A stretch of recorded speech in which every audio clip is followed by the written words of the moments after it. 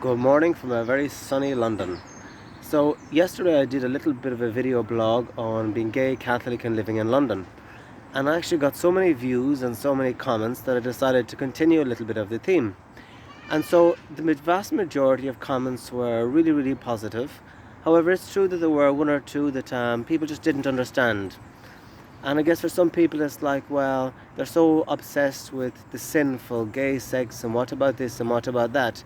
And sometimes I get disappointed with that, because if you listen to the video blog I did yesterday, if you read the blog I write, you'll see that I never advocate a lot of these things. However, unfortunately, some people seem to exaggerate, some people to take things out of context, and some people seem to get very defensive when we talk about any areas where there are problems in the Catholic Church. And so today I just wanted to highlight a little bit, just again, the reality of the problems that do exist in the church in this gay area. And the church does lots and lots of wonderful things. And first of all, I'm Catholic. I go to Mass every single day. I have a crazy love for Jesus. I've been immensely helped by people in the church. I've been immensely helped by, obviously, Jesus himself and the power of the sacraments. So more than anybody, I am fully aware of the wonderful power of Jesus and the phenomenal help that's available in the church. However, it is also true that I've also experienced the other side, and areas where I've been phenomenally abused and misunderstood. And of course the church is human, the church isn't perfect yet, and the church, just like each one of us, is a work in progress. And so when I'm talking about these issues, and especially on the gay issue, it is in no way to criticize the church, it's in no way to condemn the church, it's actually the opposite. It's basically to say, okay, this is an area where there are issues in the church, this is an area where there is room for improvement, and how can we improve? What can we do? What can we learn from mistakes? What can we learn from people's experiences? What can we learn the same ways when we see all the cases of paedophilia, when we see all the problems that have happened in the church? Well, okay, it doesn't mean the church is bad, but it means that some people in the church have gone wrong. So what can we do? How can we correct it? And so in that spirit, this is why I'm also talking about the gay issue. And as you know, I'm 38 years old now, or almost, at least 38 in September, and I grew up in a very normal, regular Catholic family, but yet in that Catholic family, the word gay could not be mentioned.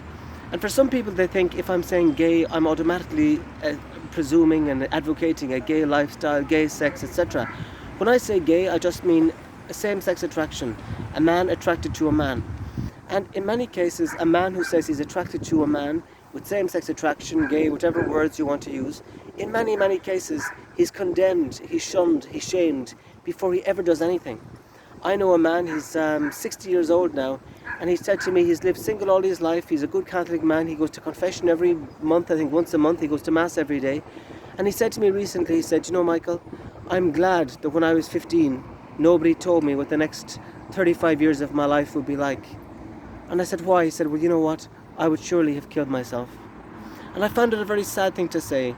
In his local village, he's mocked. In his local village, he's laughed at. And if he makes a mistake, if he has a slip-up, he's condemned, he's judged, he's shamed. And this is a man that's actually following the church teaching. This is a man that's actually following Jesus. And I could, of course, give you not thousands, but hundreds or lots and lots of examples of where I have been judged, condemned. The first place was when I was in France, when I spoke to people about same-sex attraction, which I was living in a single way, in a prayerful way. They were like, okay, that's okay, but don't talk about that to anybody, because some people might think you're a paedophile, and if you talk about it, we'll have to ask you to leave. The same thing continues when I went to Australia. Everyone was asked to share their testimonies of what Jesus did in their life, but I was never asked to share mine, because it was about this area where they weren't comfortable. And eventually, of course, I did work in a evangelical healing ministry, and that was the first place, but it wasn't Catholic, it was Protestant. That was the first place that I was free to talk about it. And so if when I returned back to Ireland after all that, again it was the same thing. Don't talk about it, you can't talk about that, you can't have gay friends, you can't have this, you can't have that. Fear. My own mother, she told me she would commit suicide at the start because of the shame of it. And that's not their fault. These fears, these shames, have been taught to people. Fear has been placed in people, and unfortunately at times this fear has been placed in people by people in the church. Similarly, a couple of years later I went to Medjugorje, and of course there as well, an awful lot of judgment. Even some priests confided in me of their own problems with sexuality, but afterwards they got scared and ran away, and I got blamed for it. And again, it's the whole issue. None of us did anything. We were just talking about it, just trying to discuss it. We talk about then evangelization, the gay community, a lost community, a community that doesn't know the love of Jesus. But how can they know the love of Jesus if the church condemns their very orientation before they act on it?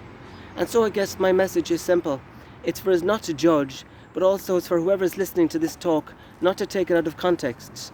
Not to say that it's okay to be gay, it's okay to have unlimited sex and Jesus is happy with that, because that is not what I'm saying. What I'm saying is it's okay if you're attracted to the same sex, you're attracted to the same sex. What can you do about it? But afterwards you can still choose to be a holy person. You can still choose Jesus, you can choose prayer. But other people need to give you a break. They need to listen, they need to understand. They need to understand the loneliness. They need to understand the dilemmas. They need to understand the inner wounds. They need to understand the places where the church isn't that welcoming, where the church treats them like second-class people. There's so many people, religious orders, they're struggling immensely with their sexuality. Immensely. But they're afraid, because if they talk about it, if they say to their bishop, if they say to their priest or friends, they could get kicked out, they could get taken off. And what do they do then? Where do they go? And so fear and shame often holds them captive.